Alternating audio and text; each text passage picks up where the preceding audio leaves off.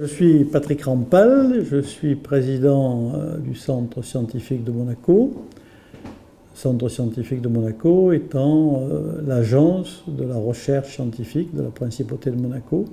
Je suis président depuis une dizaine d'années et auparavant j'ai mené une carrière académique médicale en France et puis à Monaco depuis 2003. On s'est trouvé beaucoup d'affinités entre la Fondation Mora et le Centre scientifique parce que nous partageons un certain nombre de lignes de force qui sont l'excellence d'abord dans ce qu'on fait. On essaie d'atteindre dans les domaines scientifiques dans lesquels nous avons des équipes, une renommée internationale et partager une ambition d'excellence avec nos chercheurs. Et aussi des valeurs d'humanisme que l'on retrouve beaucoup par rapport à la préoccupation de santé publique du centre scientifique et que des valeurs qui se recoupent avec beaucoup de préoccupations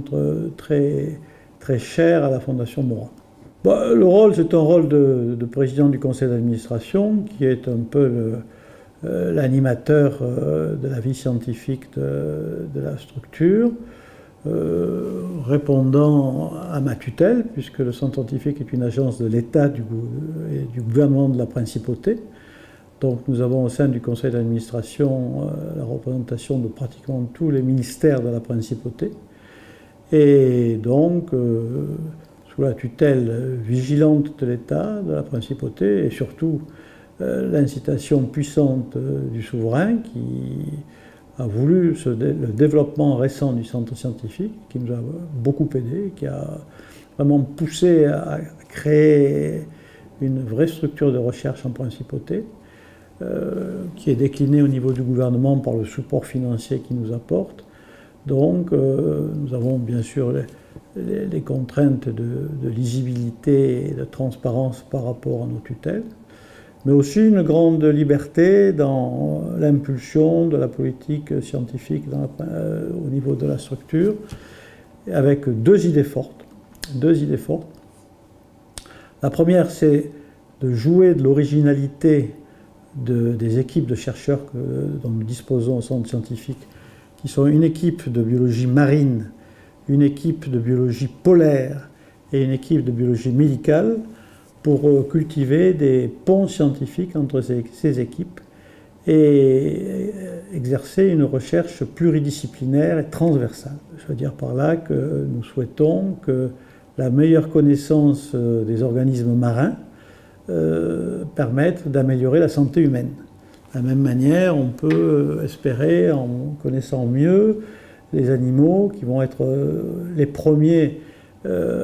concernés par le réchauffement climatique, les animaux qui vivent sur la banquise polaire,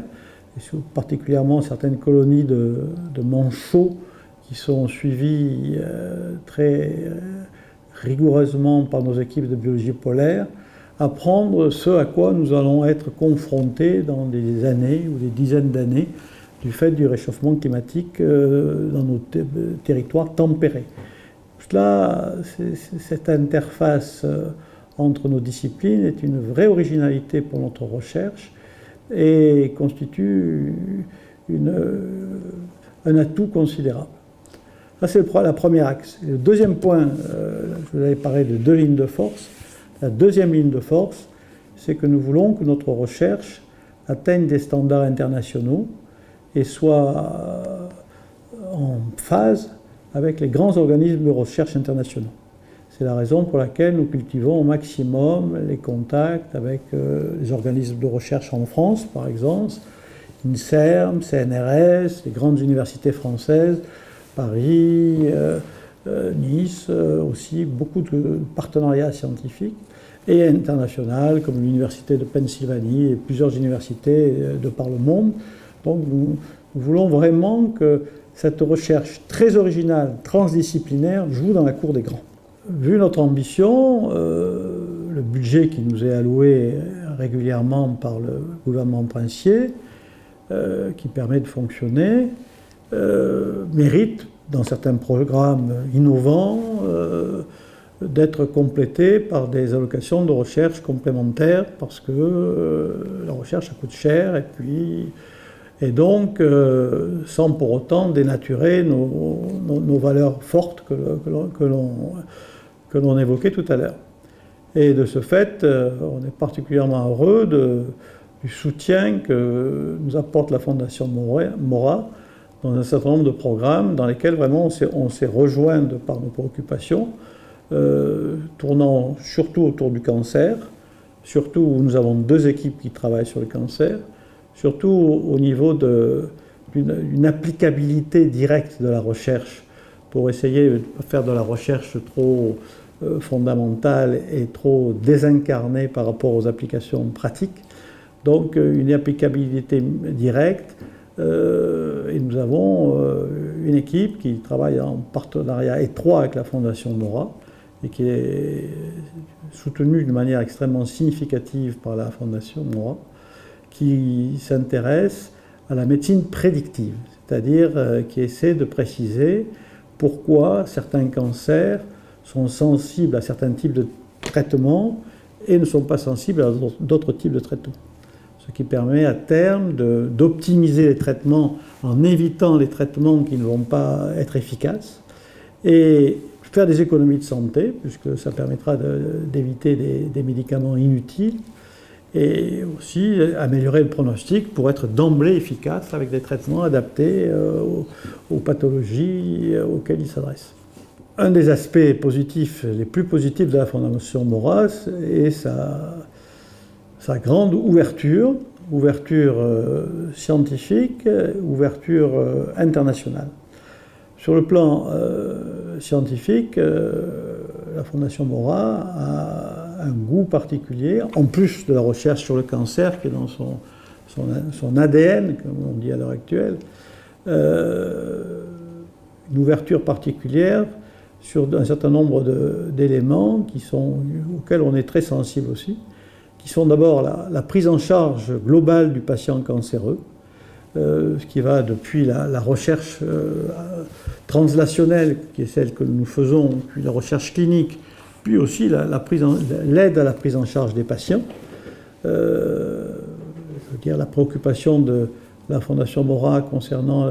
le plus que peut apporter l'activité physique aux patients traités par le cancer ou dans la période de récupération après un traitement anticancéreux est sûrement quelque chose de très original et de très intéressant, et on est prêt, nous, par les contacts que nous avons, à les aider au maximum à soutenir des programmes, parce que je pense que sur le plan santé publique, c'est important. De la même manière, la Fondation Mora a une grande ouverture sur l'international, nous a directement mis en rapport l'équipe qui est tutorisée par Gilles Pagès, qui travaille sur ces projets de médecine prédictive, a été rapprochée par Madame Mora, qui connaissait une équipe en Suisse, à Lugano, à Bellinzona exactement, qui a des préoccupations scientifiques extrêmement proches des nôtres. Et ce qui montre, c'est cette ouverture internationale qu'elles souhaitent encore, les dames Mora souhaitent encore développer avec des équipes d'Israël ou du Canada. Donc, ce qui va tout à fait dans notre stratégie, puisque nous avons aussi une stratégie internationale.